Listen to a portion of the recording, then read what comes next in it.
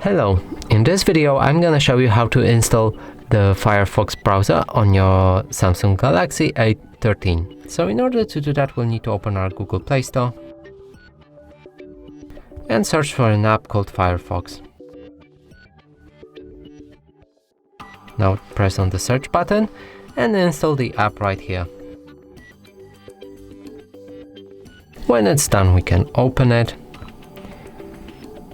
And here we can set up our browser to whatever we want.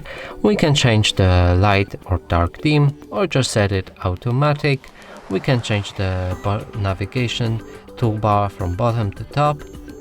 We can change the strict or standard always on privacy. We can sign other devices if we want to sync our other accounts.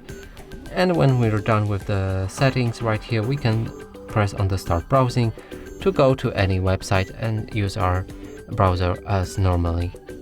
And that's it for this video. Hope you like it. Please consider subscribing to our channel, leave a like and a comment below.